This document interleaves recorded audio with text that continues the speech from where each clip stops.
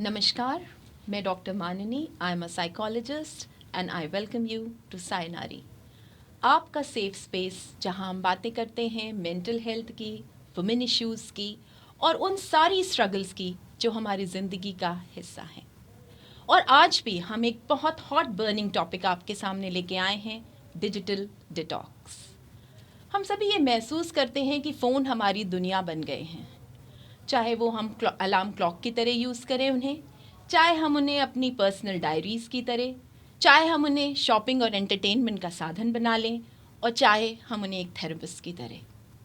पर क्या हम ये भी समझते हैं कि जितना हम डिजिटल वर्ल्ड से कनेक्टेड होते जा रहे हैं, उतने ही हम अपने आप से डिसकनेक्टेड भी हो रहे हैं।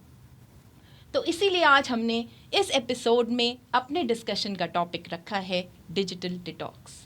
डिजिटल डिटॉक्स का मीनिंग बहुत सिंपल है कि हमें अपने माइंड को एक पॉज देना है और अपने इमोशंस को रिचार्ज करना है, और कि रियल लाइफ से न कनेक्ट होते हुए रियल लाइफ से फिर से रिकनेक्ट होना है। So today we are just going to explore कि how disconnecting from this real life is going to really help us and empower us, और कैसे हम छोटे छोटे स्टेप्स लेकर अपने आप को रिचार्ज कर सकते हैं, अपने फोकस को वापस ला सकते हैं, और सच मानिए बिना किसी फोमो के। और आज हमारी इस जर्नी में, जो कि माइंडलेस स्क्रॉलिंग से माइंडफुल लिविंग तक की है, उसमें हमारे साथ हैं हमारे दो एमिनेंट स्पीकर गेस्ट। सबसे पहले हमारे गेस्ट हैं doctor colonel Sahay sir. Doctor colonel Sahay sir was commissioned in the Rajput Regiment in 1979. And in his stint of almost 2 decades, he did assignments in field as well as peace areas. Sir एक बहुत ही eminent life management skill trainer हैं। He is a freelancer. He has also done PhD as well as he is a HR degree holder. Sir ने बहुत सारे training program life skills पर conduct किए हैं, जो कि गवर्नमेंट ऑफिशियल से लेके स्कूल के बच्चों तक हैं। और सर की एक्शन की पाठशाला, जो कि लाइफ स्किल ट्रेनिंग पर बेस्ड है, वो आजकल हमारे यूथ में बहुत पॉपुलर है। तो sir, we welcome you to this platform of Sainari. Thank you, Mani. I am Balendra Tiwari. I'm a counseling psychologist and part of Team Sainari. The second guest with us is Dr. Shubha Joshi. Dr. Shubha Joshi is working as an assistant professor in King George Medical University, Lucknow, and she is working in the Department of Geriatric Mental Health. Dr. Joshi has worked a lot in the dimension of mental health, mental well-being, mental disorders, and also addiction. So all in all, Dr. Joshi is the best person that we can have to talk about digital detox and digital addiction. Thank you so much sir. पहले हम digital detox को समझें, उससे पहले थोड़ा सा digital addiction के बारे में डिस्कस कर लेते हैं। जनरली ये कंपैरिजन बनाया जाता है कि सोशल मीडिया एक स्लॉट मशीन की तरह है, और वो हमारे दिमाग को वैसे ही प्रभावित करता है।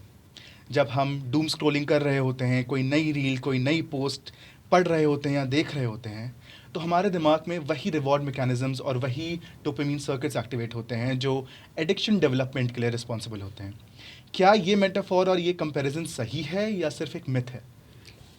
देखिए, डेफिनेटली जो आपने ये बात बोली कि कंपैरिजन करना काफ़ी हद तक सही रहेगा, क्योंकि हमारे ब्रेन में, जैसे आपने मेंशन किया, एक रिवॉर्ड सर्किट्स अवेलेबल होते हैं। रिवॉर्ड सर्किट जो कि एक ब्रेन में प्रेजेंट है, वो बेसिकली डोपामिन रिलीज़ कर सकता है। ठीक है, डोपामिन उसमें रिलीज़ होता है। अब जब भी वो पाथवे एक्टिवेट होगा, उसमें आपको डोपामिन रिलीज़ होगा। वो पाथवे आप अलग अलग तरीके से एक्टिवेट कर सकते हैं। पहले होता है नेचुरल रिवॉर्ड, जैसे कि फूड है, सेक्स है, एंड आपका मनी है। वो भी ये सब चीज़ें भी उस पाथवे को जाके एक्टिवेट करती हैं। जब वो चीज़ें उस पाथवे को एक्टिवेट करेंगी, डोपामिन रिलीज़ होगा। And dopamine is a very good hormone. It gives you a sense of pleasure. आपको अच्छा लगेगा, आपको मोटिवेशन मिलेगा। अब जो काम करके आपको मोटिवेशन मिलता है, इट इज़ अ हैबिट कि उस काम को आप दोबारा करने की कोशिश करेंगे। जैसे कि आपको कुछ खाने में आइसक्रीम अच्छी लगी, आपने आइसक्रीम खाई, आपको डोपामिन रिलीज़ हुआ, और जैसे चांसेस कि आप आइसक्रीम दोबारा खाना पसंद करेंगे। वैसे नेचुरल, ये हुआ हमारे नेचुरल पाथवे। अब हम आते हैं एडिक्शन की बात है, जैसे अल्कोहल है, कोकेन है, कैनबिस है, वो भी जाके इसी पाथवे में एक्ट कर रहे हैं। बेसिकली हम बोल सकते हैं उसको एक तरह से हाईजैक कर रहे हैं। हाईजैक मीन्स वो भी डोपामिन रिलीज़ कर रहे हैं लेकिन इन अ मच लार्जर अमाउंट। अब हम सिंपल वे में से समझाऊँ तो एक आपको जब आप अल्कोहल ले रहे हैं तो आपको ज़्यादा डोपामिन रिलीज़ हो रहा है and over the period of time जैसे टाइम बढ़ता है आपको ज़्यादा डोपामिन की आदत होती है। अब जो नेचुरल रिवॉर्ड पाथवे हैं, फूड है, वाटर है या फिर कोई भी नॉर्मल चीज़ है, उससे वो आपको जो डोपामिन रिलीज़ होगी आपको वो प्लेजर नहीं मिलेगा। तो विद एडिक्शन क्या होता है, आपको बाकी चीज़ों में इंटरेस्ट धीरे धीरे कम हो जाता है। Coming to this mobile addiction या फिर आप सोशल मीडिया स्क्रोलिंग की बात करें तो वो भी इसी पाथवे पे एक्ट करेगी और डोपामिन रिलीज़ करेगी। द ओनली डिफरेंसेस इसमें अंतर क्या है कि जब आप अल्कोहल ले रहे हैं, कोकेन ले रहे हैं या फिर कैनबिस ले रहे हैं, उसमें आप एक एक्स्ट्रा केमिकल अपने बॉडी में इंट्रोड्यूस कर रहे हैं। वेयरएज़ इन सोशल मीडिया रिजिम, आप सोशल मीडिया में आप कोई भी एक्सटर्नल केमिकल बॉडी में नहीं आ रहा है। जैसे कि आपने स्टार्टिंग में कंपैरिजन किया एक स्लॉट मशीन से। अब हम स्लॉट मशीन होती क्या है, स्लॉट मशीन में क्या होता है, आप एक कॉइन डाल रहे हैं, आपको एक रिवॉर्ड मिल रहा है। आप सेकंड बार कुछ अटेम्प्ट करते हैं पर आपको रिवॉर्ड नहीं मिलता। तो रिवॉर्ड कब मिलना है ये आपको डेफिनेटली नहीं पता होता। तो सिमिलरली जब आप एक सोशल मीडिया में आप मोबाइल खोल रहे हैं, अपनी जब भी सोशल मीडिया स्क्रीन में आप स्क्रॉल करते हैं तो उसमें कुछ रील्स आएंगी, आपको पसंद आएंगी, कुछ पसंद नहीं आएंगी। तो आपको नहीं पता आप कौन सी रील आपको पसंद आने वाली है। तो एक तरह से ये स्लॉट मशीन हो गई। जब जब आपको कोई रील पसंद आती है तो आपका एक डोपामिन सर्ज होता है और आपको एक अच्छी प्लेजर फीलिंग देता है and that is the reason कि वो आप रील्स ढूंढने के लिए वापस सोशल मीडिया में जाते हैं। So you explained it very well कि it's not just about the dopamine that social media is releasing. हम साथ साथ habituation को भी समझ रहे हैं कि हमें उस dopamine के amount की आदत भी पड़ती जा रही है। वो डोपामीन का अमाउंट हमें रिक्वायर्ड होता जा रहा है और इसलिए हम उससे ज़्यादा और एडिक्टेड होते चले जा रहे हैं। और ये भी कंपैरिजन एकदम ट्रू है कि जब हम कोई सब्सटेंस अब्यूज़ कर रहे हैं तो हमें कम से कम कुछ एक्सटर्नल केमिकल बॉडी में डालना पड़ रहा है, बट यहाँ पर वो भी नहीं करना पड़ रहा है। So it becomes even more easier to get addicted to social media, क्योंकि वो बहुत हैंडी है। हमें बिहेवियर के रूप में कुछ करने की ज़रूरत ही नहीं पड़ रही है, कुछ एक्सटर्नल इनपुट डालना ही नहीं पड़ रहा है और हम बस स्क्रॉल करना शुरू कर रहे हैं और वो वही पाथवे एक्टिवेट कर रहा है जो कि सब्सटेंस अब्यूज़ के समय एक्टिवेट होंगे। Yes definitely, very true, very true. इसी सीरीज़ में सर हम आपसे एक आंसर जानना चाहेंगे कि nomophobia, that is no mobile phone phobia, ये बहुत प्रिवलेंट है कि अगर हमारे आसपास हमारा फ़ोन थोड़ी सी देर के लिए भी इधर उधर हो जाता है या छुपा दिया जाए या ना रहे तो हम बहुत एंग्जाइटी स्ट्रिकन हो जाते हैं और हम स्ट्रेस्ड हो जाते हैं और तुरंत अपने मोबाइल फ़ोन के ढूंढते हैं। और ये शायद एडिक्शन की वजह से ही है जो मैम ने अभी चर्चा करी। तो अगर हम बोरियत महसूस कर रहे हैं या हमें इससे बाहर आना है तो क्या आपको ऐसा लगता है कि कुछ ऐसे हेल्दी तरीके हो सकते हैं जिन्हें हम अपनाकर इस फ़ोन से थोड़ा दूरी बना सकें? बहुत अच्छा सवाल है। सबसे पहले तो हमें इसकी जड़ में जाना होगा, एसेंस में जाना होगा कि ये एडिक्शन डेवलप हुआ कैसे। हम ऐसे तो पैदा नहीं हुए थे और जैसा कि कहा जाता है कि 7-8 साल तक बच्चे की सेल्फ इमेज बन जाती है, बेसिक कंडीशनिंग हो जाती है जी। वो किसने करी? वो तो बच्चे ने नहीं करी। वहाँ पे पेरेंट्स का बहुत इम्पोर्टेंट रोल होना चाहिए, विच दे शुड नॉट डिनाई। दूसरा चीज़ अगर एसेंस में देखी जाए वो है पुअर सेल्फ एस्टीम। कंज्यूमरिज्म ने हमारी सेल्फ एस्टीम की धज्जियाँ उड़ा दी हैं। ज़्यादा इकट्ठा करना, ज़्यादा चीज़ें ख़रीदना, approval seeking behaviour, being judgemental, इन सारी चीज़ों ने हमें इतना कमज़ोर कर दिया है कि एक डिस्ट्रैक्शन हमें चाहिए which is being provided by the social media.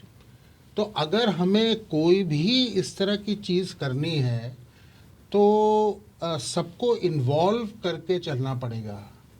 आज समय आ गया है कि आप स्पाउसेस टू बी को बताएं कि अगर घर का माहौल अच्छा नहीं है तो बच्चे इनसिक्योर फील करेंगे।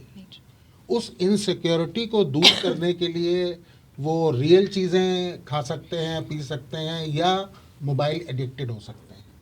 घर में अगर सिंप्लिसिटी होगी तो बच्चे फिर गैजेट की क्वालिटी के नाम को नहीं देखेंगे, लेकिन आज ऐसा हो रहा है। तो कहीं ना कहीं अगर हमें अपने यंग नेशन होने का फ़ायदा उठाना है, तो इन सारी चीज़ों में हम सबको एज ए टीम काम करना होगा। जैसे आज एडल्ट फिल्म्स हैं, इसको नेशनल लेवल पे बैन होना चाहिए। आज इसका इतना बुरा असर हमारे बच्चों पे पड़ रहा है और मुझे समझ नहीं आता कि इसमें क्या फ़ायदा है जो हम इसको बैन नहीं कर रहे हैं। जैसे यूएई में करा हुआ है, बहुत सी कंट्रीज ने करा हुआ है। तो माय रिकमेंडेशन इज़ कि a multi pronged approach is required, और इसका हो सकता है कि असर बहुत ज़्यादा ना इनिशियली पड़े, बट थोड़ा भी पड़ेगा तो एक chain reaction can start. There is no depth of time. जी, this multi pronged approach which you talked about is very important, क्योंकि ये प्रॉब्लम बहुत कॉम्प्लेक्स है और बहुत डायनेमिक है। ये बिहेवियरल मैनिफेस्टेशन पे तो है ही, ये काफ़ी ज़्यादा इंटरनल और सोसाइटल भी बन चुकी है। तो ये कई सारे सर्कल्स कवर कर रही है, और अगर ऐसी प्रॉब्लम को हम एड्रेस करने की कोशिश कर रहे हैं तो हमें भी अपनी अप्रोच को कई सारे सर्कल्स को कवर करने वाला बनाना पड़ेगा, starting right from the individual to home to the expensive society to nation. We need to cover all of it. Ma'am, as the time is changing and it is becoming more and more stressful, so depression, stress and anxiety have become common. आप तो patients के साथ regular basis पे deal करती हैं, तो आप इस बात को आपसे बेहतर कोई नहीं समझ सकता कि ये प्रॉब्लम्स कितनी ज़्यादा परवेजिव हो चुकी हैं और अब हर तबके तक पहुंच चुकी हैं। तो ऐसे में जब हम डिप्रेस्ड हैं या हम एंग्शियस हैं या हम स्ट्रेस्ड हैं, तो खुद को डिस्ट्रैक्ट करने के लिए हम फ़ोन उठा लेते हैं। तो कई बार ये एक बिहेवियर पैटर्न बन जाता है, कोपिंग मैकेनिज्म बन जाता है, जहाँ पर हम मेंटल डिसऑर्डर से लड़ने के लिए फ़ोन का सहारा लेते हैं। अब एक थियोरी ये भी है कि जब हम फ़ोन यूज़ करते हैं तो मेंटल डिसऑर्डर्स को इनवाइट करते हैं, क्योंकि हम सोशली कट ऑफ हो जाते हैं, हम फिजिकल एक्टिविटीज़ में इन्वॉल्व नहीं होते हैं, हम खुद को समेट लेते हैं, तो ये डिसऑर्डर्स को जन्म भी देता है। तो ये बहुत ही टू फेज चीज़ हो जाती है कि जहाँ पर हम डिसऑर्डर की वजह से फ़ोन यूज़ कर रहे हैं और फ़ोन यूज़ करके हमें डिसऑर्डर्स के सिम्टम्स आ रहे हैं। तो इस चीज़ पर आपको क्या कहना है? See you are absolutely right. It is like a chicken egg situation, अंडा आया कि मुर्गी आया। अब देयर आर पीपल जिनको ऑलरेडी डिप्रेशन है, एनजाइटी है, या किसी को मे बी और भी पर्सनैलिटी इश्यूज़ हैं, ठीक है, वो अपने इमोशंस कंट्रोल नहीं कर पाते हैं, उनकी कोपिंग मैकेनिज्म है, तो डेफिनेटली वो अपनी बोर्डम दूर करने के लिए सोशल मीडिया का यूज़ करेंगे। जिस रिवॉर्ड सर्किट की हमने स्टार्टिंग में बात कही थी, अब इन डिप्रेशन पेशेंट में वो रिवॉर्ड सर्किट में डोपामिन पहले से ही कम है। अब उनको भी अच्छी चीज़ चाहिए, वो क्या करेंगे, वो सोशल मीडिया पे जाएंगे, ठीक है, उनको बाकी चीज़ों में इंटरेस्ट नहीं आ रहा है, मे बी उनका सोशल सर्कल कम हो चुका है। सोशल एंजाइटी डिसऑर्डर में क्या होता है, पेशेंट जनरली बाहर नहीं जाना पसंद करता, वो पार्टीज़ में इन्वॉल्व करना पसंद नहीं करेगा, तो उनमें क्या होगा, वो बेसिकली लिमिटेड रह जाएंगे अपने घर में, और जो उनके साथ जो उनका फ्रेंड होगा वो होगा उनका मोबाइल, उनके सोशल मीडिया फ्रेंड्स। वो रियल वर्ड से ज़्यादा अपने उस इमेजिनरी वर्ड में रहना पसंद करेंगे जहाँ पे वो कंफर्टेबल फील करते हैं, जहाँ पे उनको खुशी मिल रही है। जैसे कि आपने बात करी कि स्टार्टिंग में इससे बात हुई थी, तो सर ने भी बोला था कि पेरेंटिंग है, अर्ली चाइल्डहुड इश्यूज़ हैं। मुझे आज जाके मेरी पर्सनैलिटी डेवलप नहीं हुई, मुझे आज जाके डिप्रेशन नहीं हो जाएगा कि आज मैं ठीक हूँ कल डिप्रेशन हो जाएगा। ये बहुत risk factors, multiple risk factors होते हैं, और ये हमारे लाइफ स्पैन के अक्रॉस वर्क करते हैं, starting from the early childhood कि हमारी पेरेंटिंग कैसी है, हमारा एनवायरनमेंट कैसा है, घर में कोई फैमिली मेम्बर्स है, कोई एल्कोहल की हिस्ट्री तो नहीं है, चाइल्डहुड ट्रॉमा, एक चाइल्ड सेक्सुअल अब्यूज़ किसी के साथ हुआ है, that also has a greater impact, और वो सब हमारे डिप्रेशन एंजाइटी कॉज कर सकते हैं। अपार्ट फ्रॉम डिसऑर्डर्स, हमारा थिंकिंग पैटर्न बहुत मैटर करता है किसी भी सिचुएशन में, ठीक है। अगर कोई थिंकिंग पैटर्न है, किसी का negative style of thinking pattern होता है, कोई भी सिचुएशन हुई, किसी ने मुझे डांट दिया, तो मैं नेगेटिव सोचूंगी rather than seeing the positive aspects. मैं ये सोच सकती हूँ मेरे टीचर ने, मुझे कंसल्टेंट ने इसलिए डांटा क्योंकि वो मेरा बेटर करना चाहता था, लेकिन आई विल फील कि वो मुझे लोगों के सामने ह्यूमिलेट कर रहे थे, तो I have a negative style of thinking. तो जब मेरा नेगेटिव स्टाइल ऑफ थिंकिंग होगा, I will feel more upset, ठीक है। तो अब मैं अपसेट फील करूँगी तो मैं अपना मूड कैसे लिफ्ट करूँगी। ये सिर्फ डिप्रेशन में नहीं है, ये इज़ वेरी कॉमन है, नॉर्मल इंडिविजुअल एज वेल। हम भी बहुत बार ऐसे करते हैं, हमें किसी ने कुछ बोल दिया, हम अपसेट हो जाएंगे, एंड फाइनली हम अपना मूड कैसे लिफ्ट अप करेंगे, चलो एक मूवी देख लेते हैं, मोबाइल खोलते हैं, रील्स देख लेते हैं। तो this is one of a coping mechanism. Coping mechanism something, जैसे आपने मेंशन किया कि इट इज़ कि वो वेज जिससे हम अपने डिफ़िकल्ट सिचुएशन से कोप अप कर सकें, वो डिफ़िकल्ट सिचुएशन से कैसे उभरना है, हम वो वेज अप्लाई कर सकते हैं। वो पॉजिटिव भी हो सकते हैं, नेगेटिव भी हो सकते हैं।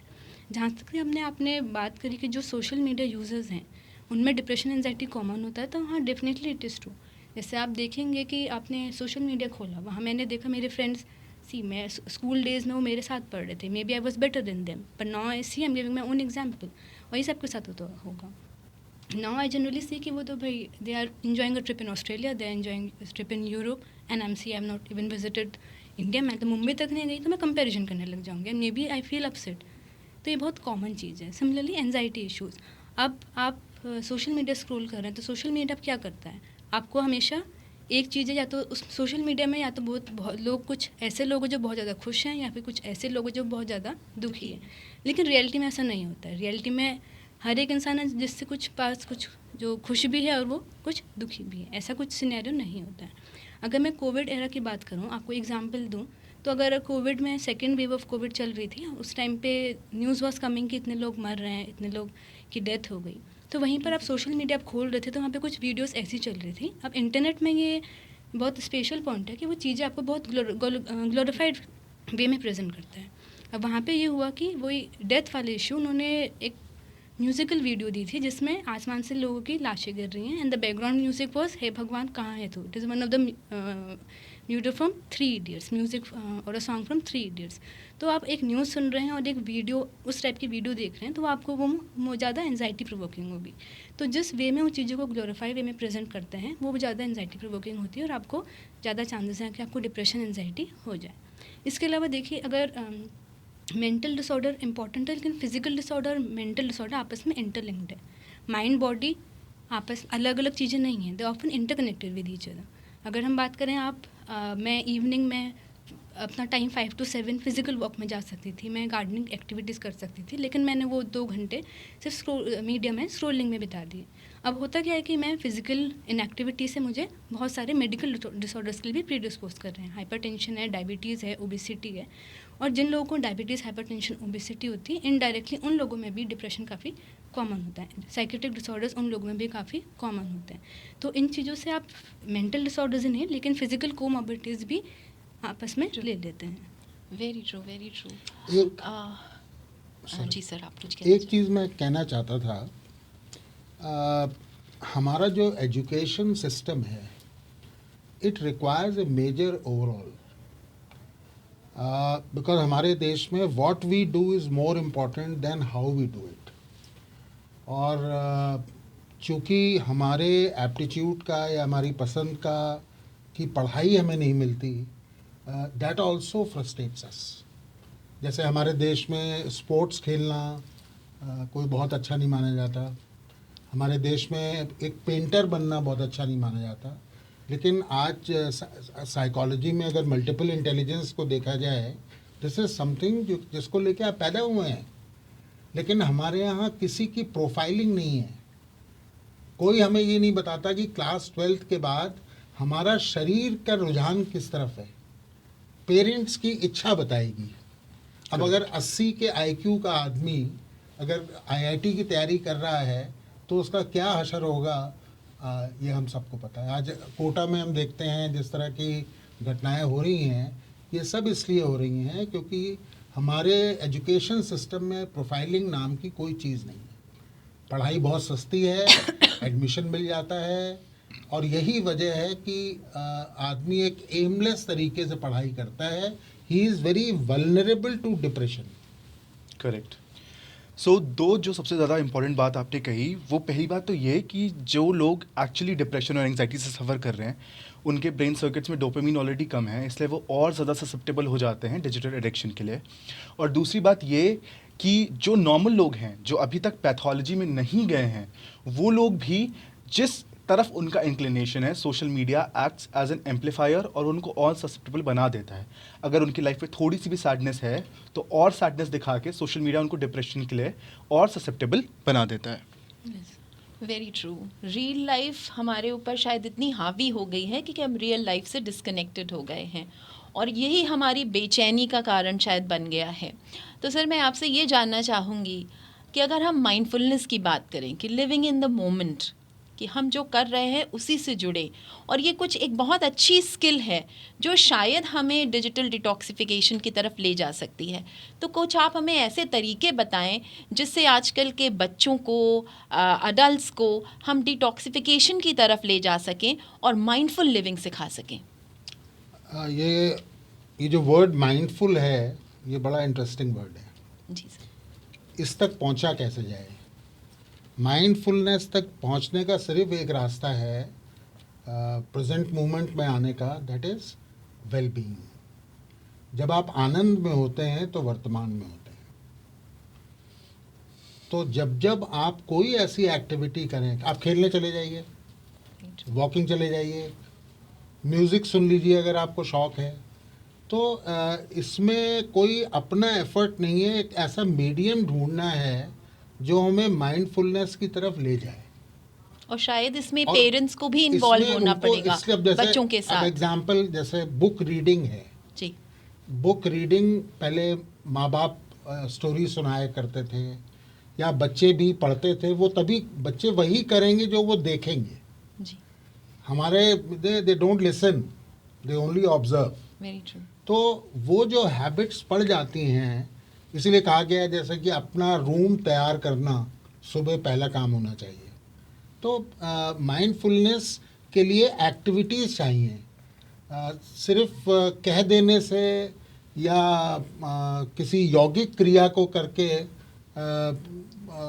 उतना कॉम्प्लेक्स रास्ते से जाने की बजाय आदमी अगर वेल बीइंग को क्रिएट करे किसी भी माध्यम से, तो आदमी माइंडफुली अपनी लाइफ को जी सकता है। बहुत ही अच्छी लाइन बोली आपने कि जब हम आनंद में होते हैं तो वर्तमान में होते हैं, और वर्तमान में रहना ही एडिक्शन से मुक्ति पाने का सबसे अच्छा, सबसे कारगर तरीका है। तो हमें आनंद मैन्युफैक्चर करना है अपनी ज़िंदगी में डिफरेंट तरीके से, अलग अलग आनंद की विधियों भी से। एक सिंपल रेसिपी है। जी। जैसे बिरयानी की होती है, जैसे किसी और डिश की होती है, अगर आपको वो आ जाए तो आप आनंद के एपिसोड्स बना सकते हैं। और आनंद खाने की तरह है, आज का बना आनंद आज ही कंज्यूम करना पड़ेगा, इसको कैरी फॉरवर्ड नहीं किया जा सकता। तो इस तरह से अगर हम लोग चलें तो हो सकता है कि एडिक्शन को एक तो कम किया जा सके या उसको रीरूट किया जा सके। जैसे बहुत एक समय में मुझे रील्स देखने की, अब तो मैं रिटायर्ड हूँ, मेरे पास बहुत टाइम है, तो मैंने उसको थोड़ा सा नेशनल ज्योग्राफिक की तरफ, डिस्कवरी, पॉडकास्टिंग उस तरफ अगर लगा दिया है तो थोड़ा बहुत वैल्यू एडिशन भी होने लगा। तो वो भी एक तरीका है अपने को खुश रखने का। जी, ये आनंद को मैन्युफैक्चर करने की जो रेसिपी है, आपने एकदम सही बात कही कि ये कहीं ना कहीं सेल्फ अवेयरनेस की रूट से निकलती है कि मुझे किस चीज़ में मज़ा आ रहा है, मुझे किस चीज़ में दैट इज़ अच्छा वन पार्ट ऑफ इट। जी। उसके साथ कुछ आपको स्किल्स सीखनी पड़ेंगी जी। जो कि मसाले की तरह है। जी। अगर आप वो स्किल्स नहीं सीखेंगे तो फिर आप अच्छी क्वालिटी का आनंद नहीं बना पाएंगे। जी। और इसको सीखना बहुत इंटरेस्टिंग है। It's a win win type of A game. इसमें कोई चीज़ बहुत कॉम्प्लेक्स नहीं है, और यही चीज़ मैं स्कूल ऑफ एक्शन में सिखाने की कोशिश करता हूँ, how to unlearn and relearn. We will come back to that recipe and try to understand it more. First, let me take your perspective कि ये जो सर की बात है कि हम हैप्पीनेस मैन्युफैक्चर करके एडिक्शन से पार पा सकते हैं, क्योंकि एडिक्शन भी कहीं ना कहीं रूट में देखा जाए तो हैप्पीनेस ढूंढने का एक शॉर्टकट तरीका हम बनाना चाह रहे हैं, उस डोपामीन को पाने का एक शॉर्टकट तरीका बनाना चाह रहे हैं, उस सर्किट को एक्टिवेट करने का। तो आपका क्या पर्सपेक्टिव है कि हम किस तरीके से, पहली चीज़ तो न्यूरोबायोलॉजिकल लेवल पे कैसा रिस्पॉन्स आएगा अगर हम इस तरीके की एक्टिविटीज़ में खुद को इन्वॉल्व करेंगे, और क्या ये सच में manufacturing happiness can be a way for digital detox? Yes, definitely. जैसे आपने डिजिटल डिटॉक्स की बात करी, मैंने उसका एक मेन जो मुख्य कारण भी डिस्कशन हो रहा था कि कोई स्ट्रेसफुल सिचुएशन आई, उस स्ट्रेसफुल सिचुएशन से, एंजाइटी से बचने के लिए आपने मोबाइल यूज़ किया। लेकिन उस स्ट्रेसफुल सिचुएशन से बचने के लिए there are other ways which one can practise. जैसे उनमें से एक माइंडफुलनेस है। माइंडफुलनेस को हम अगर साइकेट्री पॉइंट ऑफ व्यू से डिफाइन करें, it means living in the present moment. आप प्रेजेंट में जीना चाहते हैं। There are different ways of practising mindfulness. ऐसा नहीं कि being mindful is very difficult. आप किस काम को कितना माइंडफुली कर रहे हैं ये इतना आसान नहीं है। There are ways of practising it. अगर आप सीखना चाहें तो एक बहुत सिंपल तरीका है, आप इस रूम में बैठे हैं फॉर एग्जांपल, अब इस टाइम पे हमारा सारा अटेंशन आपकी बातों पर है, मेरी बातों पर, आपकी बातों पर है। आप माइंडफुलनेस कैसे प्रैक्टिस कर सकते हैं? बहुत इजी टेक्निक है। आप इस रूम पे बैठे हुए हैं, आप एक एक करके हर चीज़ पे फोकस करिए। आप स्टार्टिंग उस लाइट से कर सकते हैं। उस लाइट पे फोकस कीजिए कि उससे कितनी रोशनी है, उससे कितनी इंटेंसिटी है, वो ब्लैक कलर की है, उसको डिस्क्राइब करने की कोशिश करिए। जब आप उस एक पर्टिकुलर आइटम को लेंगे, उसको डिस्क्राइब करेंगे, तो आपका माइंड उसमें इंगेज होगा, यानी कि आप उस चीज़ पे, उस थॉट पे इंगेज हैं, और उस टाइम पे आपके पास जितना दिमाग में बाकी जितनी भी थॉट्स हैं वो नहीं आएंगी। उस आइटम को छोड़ के आप दूसरे आइटम पे आइए। Another method of mindfulness practice है, आप कुछ भी ले लीजिए, बहुत ईजी है। एक पेन उठा लीजिए। पेन को आपने जनरली यूज़ किया है, पर कभी उसको फील किया है? कभी नहीं। उस पेन उठा के उसको फील कीजिए। उसको पेन उठाइए, देखिए इसका रंग ब्लू कलर का है, इसमें एक निब है, ये इसका टेक्सचर कैसा है, इसका कलर कैसा है, और उसको 5 मिनट तक उसको फील कर प्रैक्टिस कीजिए। इससे क्या होगा, ये आपको सुनने में अजीब लग रहा होगा, लेकिन इसका आपका अटेंशन किसी चीज़ में फोकस करने के लिए आपको जो अटेंशन चाहिए होता है वो डेफिनेटली आपको बढ़ेगा। और उस स्ट्रेसफुल सिचुएशन में जब आप इस माइंडफुलनेस प्रैक्टिस को आप डेली प्रैक्टिस करेंगे, ओवर द ईयर्स प्रैक्टिस करेंगे, तो उन स्ट्रेसफुल सिचुएशन से बचने के लिए आपको तब मदद मिलेगी। अपार्ट फ्रॉम माइंडफुलनेस आप रिलैक्सेशन टेक्निक अप्लाई कर सकते हैं। जैसे लाइफ स्किल डेवलपमेंट की अभी बात हो रही थी, आपकी हॉबीज़ हैं, आपकी इंटरेस्ट हैं, आप वो इनकलकेट कीजिए। अब ये चाइल्डहुड में ही वापस फिर से जाता है। आप कोई रीडिंग में अच्छा है, कोई स्केचिंग में अच्छा है, कोई म्यूज़िक में अच्छा है। जब मैं म्यूज़िक की बात करती हूँ तो it's not the video music I am talking about, it's the audio music. आप ऑडियो म्यूज़िक सुनिए, क्योंकि वीडियो म्यूज़िक में फिर से आप रील्स की तरफ चले जाएंगे। ऑडियो म्यूज़िक से भी बहुत रिलैक्सेशन में हेल्प मिलती है। One of the therapy is music therapy, जो कि सभी को पता है। तो mindfulness is one of the very important component and बहुत ईजी है। It is very easy to practise, कोई भी कर सकता है। आप ऑफिस में बैठे हैं, बिजी हैं, 5 मिनट बैठ लीजिए, ये एक्सरसाइज कर लीजिए, तो आपको काफ़ी रिलैक्स मिले। और इसका असर अभी आपको कुछ मिनट बाद भी आपको पता लगेगा, और लाइफ लॉन्ग प्रैक्टिस करेंगे तो लाइफ लॉन्ग पता लगेगा। बहुत ही अच्छा मैम, आपने बहुत खूबसूरती से हमें माइंडफुलनेस को समझाया और बताया। और मुझे लगता है कि अगर माइंडफुलनेस की प्रैक्टिस पूरी फैमिली खुद एक साथ मिल के करे तो शायद वो ज़्यादा इजी हो जाएगा। हम इसे एक गेम के तरीके से भी कर सकते हैं। एक गेम जैसे हम खेलते हैं, किसी भी गेम में अपने बच्चों को और खुद माता पिता इन्वॉल्व होते हैं, फैमिली मेम्बर्स को इन्वॉल्व करते हैं, तो वैसे ही माइंडफुलनेस में भी अगर हम बच्चे को ये सिखाना चाहते हैं कि हम ब्रीज को महसूस करें, तो अगर हम उसे वॉक पे ले जा रहे हैं तो we can ask the child कि देखो मुझे ये हवा ठंडी ठंडी कितनी अच्छी ये मुझे महसूस हो रही है, क्या तुम भी महसूस कर रहे हो? तो बच्चों को सिखाने के लिए और ख़ुद भी इस टेक्निक को सीखने के लिए अगर हम संग में करेंगे, क्योंकि जैसे हमारे साइकोलॉजी में बैंडोरा की थ्योरी है ऑब्जर्वेशनल लर्निंग की, कि बच्चे वही सीखते हैं जो वो ऑब्जर्व करते हैं, and imitative learning, they have imitative learning. तो ये बड़ों के ऊपर भी लागू होता है। अगर हम एक दूसरे फैमिली मेम्बर्स कुछ ऐसी टेक्निक्स को अपनाएंगे, और जहाँ पे 4, आपने देखा होगा एक रूम में 4 लोग बैठे हैं और वो संग में बैठे हुए भी अपने मोबाइल फ़ोन को देखने लगते हैं, अगर उन्हीं में से एक इंसान कॉन्शियसली उठे और किसी और एक्टिविटी में इन्वॉल्व हो जाए, तो शायद 3 और मेंबर्स का भी ध्यान उस फ़ोन से हट के और उस एडिक्शन की तरफ से हट के डिटॉक्सिफिकेशन की तरफ जाएगा, और वो भी शायद उस एक्टिविटी में इन्वॉल्व हो सके। तो ये this is a very beautiful technique, living in the moment, और हम लोग संग में अगर उस लिविंग इन द मोमेंट को महसूस करें और करें तो शायद वो ज़्यादा इफेक्टिव होगा।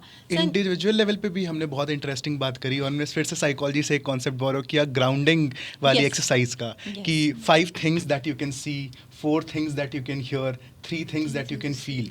और ये बहुत ही इंपॉर्टेंट स्टेप है कि अगर हमें आज रियलाइज़ होता है इस मोमेंट में कि मैंने बहुत देर से रील स्क्रॉल कर ली है, शायद मैं एडिक्टेड हो रहा हूँ, let me just keep my phone away और मैं एक ग्राउंडिंग एक्सरसाइज करूँ। 1 मिनट की एक्सरसाइज है ये, व्यूअर्स को नोट कर लेना चाहिए ये बात, छोटी सी एक्सरसाइज है, हमने वो करी, फिर हम डिसाइड कर सकते हैं अच्छा अगर फ़ोन नहीं तो क्या, तो फिर हम डिसाइड कर सकते हैं कि अच्छा बाहर वेदर बहुत अच्छा है तो बाहर चल के जा सकते हैं, थोड़ा सा घूम के आ सकते हैं। लेकिन वो ब्रेक करने के लिए एडिक्शन, वो साइकिल ब्रेक करने के लिए वो ग्राउंडिंग का 1 मिनट बहुत ज़रूरी है। और ये बहुत इंपॉर्टेंट है अगर हम ये समझना चाहते हैं कि एडिक्शन ब्रेक कैसे करना है। 1 मिनट की ये ग्राउंडिंग एक्सरसाइज करिए, जैसा मैम ने बताया, ये आप नोट कर लीजिए, और उसके बाद जब आप ये ग्राउंडिंग एक्सरसाइज कर लेते हैं, देन आस्क योरसेल्फ कि अच्छा अगर फ़ोन नहीं तो क्या, और अपने लिए आनंद उत्पन्न करिए। अगर आप आनंद में रहेंगे तो वर्तमान में रहेंगे। Very true. और सर ने जैसे कहा कि अनकॉन्शियस लर्न कि हमें जो है कॉन्शियसली अनलर्न करना पड़ेगा। तो ये सारी टेक्निक शायद कॉन्शियस अनलर्निंग की तरफ ही हमें लेके जाती हैं। जी सर, आप मैं ये कहना चाहता हूँ कि दो चीज़ें हैं। एक तो हमें अपनी स्टाइल ऑफ टीचिंग या लर्निंग को इंटरेस्टिंग बनाना होगा। जो वहाँ पे एक बच्चा बोर्डम लेके आता है, उसके लिए उसको कोई ना कोई आउटलेट चाहिए। आज बच्चों में अगर खुशी लानी है तो उनके अंदर क्यूरियोसिटी पैदा करनी होगी, बिकॉज हम ही लोगों ने उस क्यूरियोसिटी को मार दिया। अगर आज स्कूल या घर में क्यूरियोसिटी के ऊपर कुछ एक्टिविटीज़ हों एक्सपीरियंशियल लर्निंग पे बेस्ड, तो वो जो स्ट्रेस बच्चे में है वो कम होगा। तो मेरे ख्याल से इसकी जड़ें तो किसी स्कूल के कैंपस से कहीं ना कहीं उसकी लाइफ में वेल बीइंग को बढ़ाना है, उसकी सेल्फ एस्टीम को अच्छा करना है जी। और तब उसको एफर्ट नहीं लगाना पड़ेगा। अब जैसे एक बार मैंने कुछ बच्चों को भेजा एक झुग्गी झोपड़ी में एक फिल्म बनाने के लिए, उसमें स्क्रीन का यूज़ था। आज तक वो बच्चे याद रखते हैं, बिकॉज पूरे दिन जो उनको एक्सपोजर हुआ, उन्होंने गरीबी देखी, उन्होंने देखा कि लोग झुग्गी झोपड़ी में कैसे रह रहे हैं, इसका कोई एक्सपीरियंस नहीं था। वरना आप जैसे वर्ड्स हैं फॉरगिवनेस, ग्रैटिट्यूड, इन सब की प्रैक्टिस कौन कराएगा? आ तो गया, हमने सीख लिया, रट लिया, लेकिन उसको हम हमारे अंदर कैसे जाएगी वो चीज़?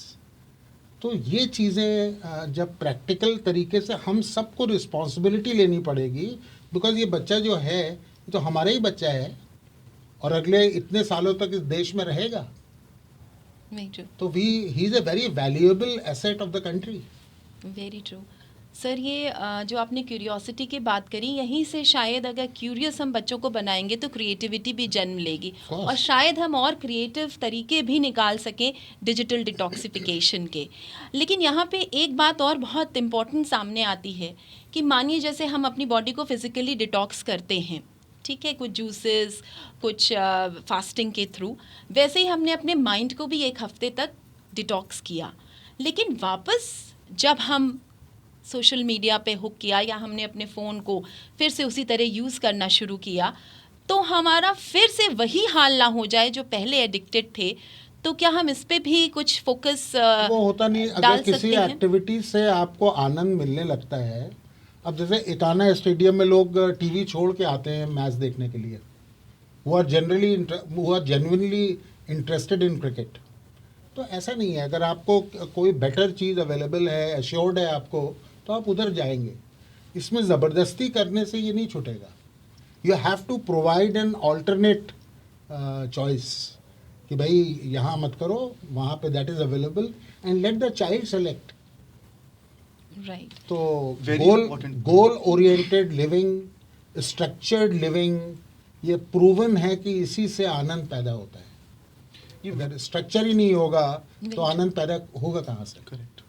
ये बहुत ही इंपॉर्टेंट पॉइंट है जहाँ पर हम डिजिटल डिटॉक्स को वैक्यूम की तरह नहीं समझ रहे हैं कि हम कुछ भी नहीं कर रहे हैं, एक इनएक्शन वाली स्टेट में चले गए हैं।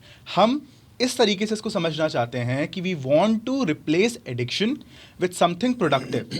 हम स्वयं को समझें, अपनी खुशी को समझें, अपने लिए हैप्पीनेस मैन्युफैक्चर करें हॉबीज़ के ज़रिए, इंटरेस्टिंग एक्टिविटीज़ के ज़रिए, क्यूरियोसिटी डेवलप करके, एक्सपीरियंसेस के ज़रिए, छोटे छोटे एक्सपीरियंसेस को और मैग्नीफाई करके। जैसे मैम ने बताया कि हम अगर वॉक पे जा रहे हैं तो हम ब्रीज को फील करने की कोशिश करें ताकि हमारे लिए वॉक बोरिंग ना हो जाए। हम खुद में अगर क्यूरियोसिटी और एक्सपीरियंस करने का तरीका अगर हम ढूंढ लेते हैं तो हम हैप्पीनेस मैन्युफैक्चर करना सीख जाएंगे और that will be a very positive replacement for addiction.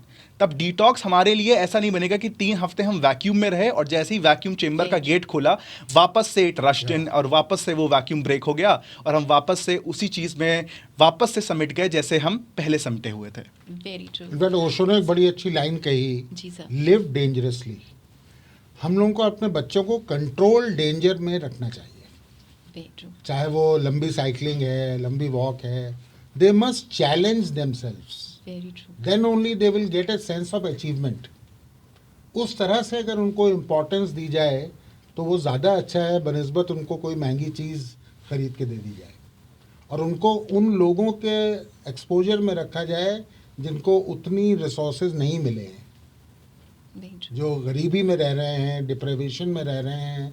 इसीलिए denial is a very important word for parenting. Very true. ज़रूरी नहीं है कि जो बात कही जाए वो Delaying फौरन मान ली gratification जाए. is also very important. Denial, because ये चीज़ें आगे चल के जीवन में फेस करनी पड़ेंगी. Very true. Life is non linear, it is not linear. Very true. तो उसकी प्रैक्टिस अगर अभी से नहीं होगी तो फिर मुश्किल हो जाएगा. Then you become vulnerable. Correct. और ये जो लिविंग डेंजरसली वाली बात है, ये सिर्फ एक्सटर्नल नहीं है, ये एक बहुत ही प्यारा सा चैलेंज है, ऑब्जर्वेशन चैलेंज. कि if you go in a park, challenge yourself that how many birds की chirping I can count here, how many types of plants I can count here. या अगर हम अपने रूम में भी बैठे हुए हैं, okay, can I control my breath to a certain level that it becomes completely relaxed. Can I see what thoughts I am having. अच्छा, अगर मुझे सैडनेस फील हो रही है तो let me try to explore that sadness. मैं समझूँ तो कि चल क्या रहा है मन के अंदर. वो एक एज के बाद हो सकता है. जी. बट जो छोटे Very बच्चे हैं उनके लिए, अब जैसे एक दिन मैं 38 किलोमीटर मैंने साइकिलिंग करी. लोगों ने मुझे बहुत डांटा कि इतने दूर क्यों चले गए, लेकिन उससे लौट के इतना सेटिस्फैक्शन मिला, That I can do it. इतनी खुशी मिली Yes, कि sir. मैं बता नहीं सकता. मैम, मैं आपसे जानना चाहूँगी कि क्या आप ऐसे कुछ सजेशंस, कुछ स्टेप्स दे सकते हैं कि अगर मुझे अपने आप को डिटॉक्सिफाई करना है तो मैं ऐसे कौन से स्टेप्स लूँ जिनके थ्रू मैं जो है अपने आप को डिटॉक्सिफाई कर सकूँ. देखिए, जब हम डिटॉक्सिफिकेशन की बात करते हैं तो इंटरनेट एडिक्शन को लेके या सोशल मीडिया, वो इसलिए करते हैं क्योंकि internet is a part and parcel of a life. आप कंप्लीटली इंटरनेट को स्विच ऑफ करके नहीं रख सकते. बीइंग अ डॉक्टर, मैं अपना मोबाइल एक दिन के लिए बंद करके रख लूँ तो मैं बहुत सारी इमरजेंसी कॉल मिस कर दूँ. Yes, it is a bane as well as a boon. Boon. So we have to understand that. तो हम कंप्लीटली शट ऑफ नहीं कर सकते, लेकिन हम उसको प्रैक्टिस एक नॉर्मल, एक देखिए दो तरीके की पॉपुलेशन है. एक जो एडिक्शन में है और एक हम जैसे नॉर्मल पॉपुलेशन जो सोशल मीडिया को ओवर यूज़ कर रही है. पर we are not addicted to internet. तो हम लोग कैसे डिटॉक्स प्रैक्टिस कर सकते हैं कि मैं अपना मोबाइल खोलूँ. पहले identification of the problem is important. किसी के अंदर वो इंसाइटी नहीं है कि वो ओवर यूज़ कर रहा है तो वो क्यों प्रैक्टिस करेगा. उनमें डिटॉक्सिफिकेशन बिल्कुल सक्सेसफुल नहीं होगा. अगर आपके पास पेरेंट्स आ रहे हैं कि मेरा बच्चा मोबाइल यूज़ ज़्यादा कर रहा है, आप उसे समझा दीजिए, उसकी काउंसलिंग कर दीजिए, they going to a psychologist. लेकिन बच्चा अपने प्रॉब्लम को आइडेंटिफाई नहीं कर रहा है तो प्रॉब्लम ये होगी कि वो उस चीज़ को प्रैक्टिस नहीं करेगा. तो वहाँ पे ये आप जो भी टेक्निक्स फॉलो कर रहे हैं वो काम नहीं आएंगी. तो insight generation is very important thing. Second point ये है कि अगर आप में इंसाइट है तो देयर आर चांसेस कि आपका जो ये ट्रीटमेंट है वो ज़्यादा सक्सेसफुल होने के चांसेस हैं. अब जैसे नॉर्मल पॉपुलेशन है, मैं हूँ, आप हैं, हमें अपना थोड़ा सा डिटॉक्सिफिकेशन करना है. हमें लग रहा है कि हम ओवर यूज़ कर रहे हैं, मेरी स्लीप इम्पेयर हो रही है और मैं 12 बजे तक सो रही हूँ. तो स्टेप्स कैन बी कि मैं अपने मोबाइल में डिफरेंट टाइप्स ऑफ ऐप होती हैं, व्हाट्सअप है, फेसबुक है, उनको आइडेंटिफाई करूँ. उनमें से कौन से रिलेवेंट ऐप है मेरे लिए, कौन से इररिलेवेंट ऐप है, Very true. उनको हम अलग से अलग अलग डिस्ट्रीब्यूट कर Prioritize सकते करें. हैं. Yeah. कौन सी ऐप मेरे लिए ज़्यादा ज़रूरी है, मैं जी. उसको पहले नंबर पे रखूँ. फेसबुक में आप कभी कोई अर्जेंट मैसेज तो करेगा नहीं. फैमिली में कोई इश्यू हो गया वो आपको कॉल करेंगे, व्हाट्सएप मैसेज करेंगे. फेसबुक के थ्रू कोई कॉल नहीं करने वाला. तो फेसबुक इज़ अ थिंग जो आप वीकेंड्स में थोड़ी देर के लिए ऑफ कर सकते हैं, या maybe Monday to Friday. Yes. Second app can be जो गेमिंग ऐप्स है जिनका कोई इशू ही आपको लाइफ में कोई यूज़ नहीं है, जो आपको टाइम वेस्ट ऐप है, तो उन गेमिंग ऐप्स को आप अनइंस्टॉल कर सकते हैं. देयर बी सर्टन ऐप जो आप बहुत कम यूज़ कर सकते हैं, लेकिन वो क्या करते हैं, आपको नोटिफिकेशन भेजते रहते हैं. आप पढ़ाई कर रहे हैं, आपके पास नोटिफिकेशन आएगा कि ये आपको मार्केट में फ्री है, you are getting a discount. ठीक है, आपके पास जनरली आप कहीं पर शॉपिंग करने गए, मॉल में शॉपिंग करने गए, उन्होंने आपका नंबर ले लिया. Suddenly you get a notification from Allen Solly और अमेरिकन ईगल कि you are getting a 500 discount, we are missing you. The first notification get you missing you, और suddenly you look into mobile phone कि यार मुझे कौन miss कर रहा है. और आप देखते हैं कि तो That happens आपको तो ये मेडिकल स्टोर वाले मिस कर रहे हैं. I got a That's message it. Just 1 week back, before just 1 week back, we are missing you. मैंने कहा मुझे कौन मिस कर रहा है. मैंने देखा तो it was message from American Eagle, you are getting 1,000 rupees discount. तो कुछ ऐसी भी चीज़ें जो आपको नोटिफिकेशन के थ्रू डिस्टर्ब कर रही हैं, आपको डिस्ट्रैक्ट कर रही हैं. तो वो सब ऐप जो आपको इररिलेवेंटली नोटिफिकेशन भेजती हैं, आप उन नोटिफिकेशन को ऑफ करके रखिए, स्पेशली इन योर टाइम जो कि आप पढ़ाई में बता सकते हैं, अपने स्कूल आवर्स में, अपने कॉलेज आवर्स में. तो उस चीज़ को आपको स्पेसिफिकली ऑफ करके रखना है. आप किसी चीज़ को भी नोटिफाई करते हैं, आप कोई भी ऐप इंस्टॉल करते हैं तो वो आपसे क्वेश्चन पूछते हैं कि do you allow this app to send you notification. तो उस चीज़ को आपको नो करके फिर इंस्टॉल करना है. तो ये सब बेसिक चीज़ें जो आपको करनी है. अब कम्प्लीटली आप डिटॉक्सिफाई कर लेंगे ये भी ज़रूरी नहीं है, आप वीकेंड्स में प्रैक्टिस कर सकते हैं। आप अपने हर दिन में कोई 2 घंटे निकाल लीजिए। इम्पॉर्टेंट टाइम होता है आपका डिनर टाइम, जब आप रात में खाना खा रहे हैं उससे डिनर आपका टाइम होता है, जब रात में सब खाना खाते हैं, वो सिर्फ डिटॉक्सिफिकेशन के लिए ही यूज़फुल नहीं है, वो बाकी चीज़ों के लिए भी यूज़फुल है, वो फैमिली बॉन्डिंग के लिए यूज़फुल है। आप 9 बजे पेरेंट्स बाहर चले गए, शाम को 7 बजे आए, मम्मी पापा ने खाना खाया, पापा ने खाना खाया, उधर बेड में चले गए, उन्होंने अपने बच्चों से बात तक नहीं करी, वो किस प्रॉब्लम से गुजर रहे हैं, किस चीज़ से फेस से गुजर रहे हैं। Ultimately that child will and up into seeing the social media account. तो वो उनके कैसे हेल्प कर रहे हैं, पेरेंट्स को ये रोल करना पड़ेगा। Family At time least की during the importance. family time is important. Yes. और वो डिनर टेबल में एक बेस्ट वे है टू टेक आउट। और वो 15 मिनट्स के लिए आप एक फैमिली रूल बना लीजिए कि हमें अपना मोबाइल यूज़ नहीं करना है, चाहे वो पेरेंट्स हों चाहे वो बच्चे चाहे हों। वो बच्चे हों। उस फैमिली टाइम में जब आप वेकेशन पे गए हैं, आपने बोला मैं तो आज घूमने जा रहा हूँ, लेकिन घूम रहे हैं और सबके हाथ में अपने मोबाइल फ़ोन है, तो no one is enjoying the vacation.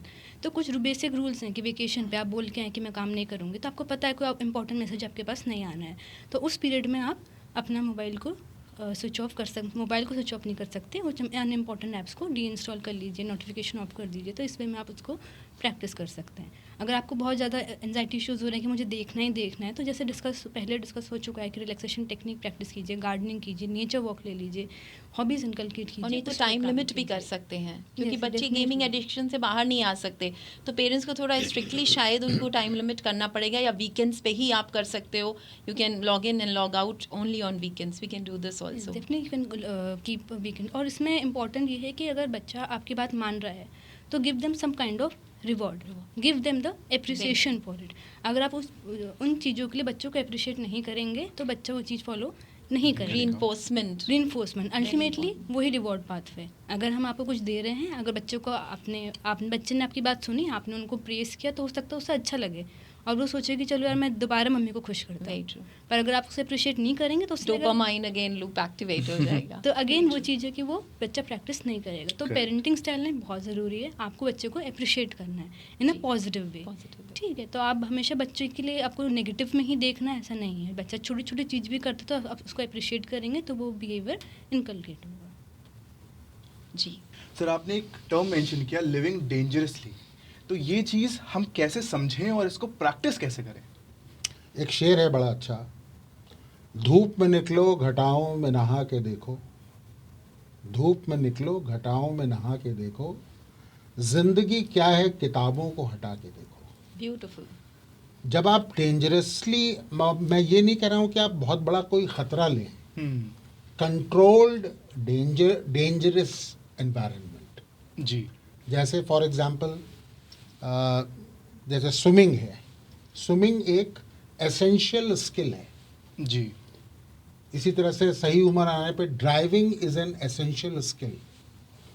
आप अपने को फिज़िकली कहीं भी चैलेंज कर सकते हैं।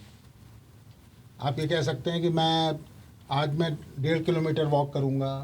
कहीं पे भी कोई डेंजरस कोई चैलेंजिंग सिचुएशन क्रिएट करिए, वो आपको वर्तमान में ले आएगा। इसीलिए आप देखिए डेंजरस एक्टिविटीज़ में बहुत कम कैजुअलिटीज़ होती हैं, because your 100% focus is on the activity. तो इसी तरह से एडवेंचर है, हमारी कंट्री में इन चीज़ों के बारे में कोई बात नहीं करता है। मैंने एडवेंचर एक्टिविटीज़ पे इतना मैंने कैंप्स लगाए, लोगों ने कर लिए, लेकिन इंटरेस्ट नहीं है। उस तरह की चीज़ें हम कर सकते हैं। बच्चों से आप बर्ड वॉचिंग कराइए, ये सारी चीज़ें लखनऊ के पास अवेलेबल हैं जी। But there are no users. हमारे लिए हॉलीडे का मतलब है खूब ढेर सारा खाना खाना, बियर पीना और सो जाना। This is our concept of a holiday. तो लिविंग डेंजरसली में you have to earn your holiday, you have to earn wellbeing for yourself. तो कोई भी एक्टिविटी जो आपको चैलेंज करे, आपको वर्तमान में लेके आए, that is known as living dangerously. Correct. तो बहुत सारी ऐसी एक्टिविटीज़ हैं, That you can gymming imagine. है, Yeah. वर्कआउट्स हैं, रनिंग है, कई तरह की एक्सरसाइजेज हैं। पुशअप्स हैं, चैलेंज योरसेल्फ कि भाई कल 10 ज़्यादा लगाऊंगा, 5 साइकिलिंग ज़्यादा जैसे लगाऊंगा। सर ने साइकिलिंग चैलेंज है। किया अपने आप हम में। लोग बहुत ज़्यादा इन एक्टिविटी को सक्सेस से जोड़ा जाता है। That is wrong. मैंने न्यूजीलैंड में देखा, वहाँ की प्राइम मिनिस्टर पैदल जाते हैं ऑफिस, मैं कोई कंपैरिजन नहीं कर रहा हूँ, पूरा न्यूजीलैंड ऑस्ट्रेलिया सड़क पे ही रहता है, कोई साइकिल चला रहा है, कोई कुछ कर रहा है, वहाँ के कल्चर में है एक्सरसाइज, हमारे कल्चर में नहीं है। और मैं ये नहीं कह रहा कि वहाँ पे स्क्रीन एडिक्शन नहीं होगा, लेकिन कम है, बिकॉज उनके और भी डाइवर्जन्स हैं उनकी लाइफ में। Very true. सो अभी हमने जो बातें सुनी तो हमने ये देखा कि कुछ सेल्फ मोटिवेशन और कुछ एक दूसरे को चैलेंज करके भी हम बहुत सारे ऐसे तरीके सीख सकते हैं जो हमें शायद डिटॉक्सिफिकेशन की तरफ ले जा सकते हैं। Today I am very thankful to both our guest Shubha ma'am and colonel Sahay sir that they gave us so important inputs, और हमें लगता है कि आप भी you must have stayed tuned in with us and आपने भी ये सारी बातें सुनी होंगी, और कहीं ना कहीं अगर आपके जहन में थोड़ी सी भी हमारी ये बातें रह जाएंगी तो शायद आप भी इस डिटॉक्सिफिकेशन की तरफ अग्रसर हो सकते हैं और अपनी लाइफ को बेहतर बना सकते हैं। So thank you so much for joining us on the और प्लेटफॉर्म ऑफ हम लोग भी साइनारी। तुम्हें थैंक यू कहेंगे Manini for selecting this relevant topic. जी सर। अभी India is the youngest country in the world, और अगर इसको डेवलप बनाना है 2047 तक, तो इस तरह के टॉपिक्स पे चर्चा होना बहुत ज़रूरी है। And my compliments to both of you Thank you so for much, selecting a topic of this nature. Thank you so much क्यों? सर। इसी तरह से साइनारी फिर से आपके सामने एक अहम मुद्दा लेके आएगा। Thank you very much for watching us. We would request you to follow Sainari across social media platforms. We are on YouTube, we are on Insta, and we keep bringing you important content to enrich your life and to tell you something new. Stay tuned, keep watching us. Thank you.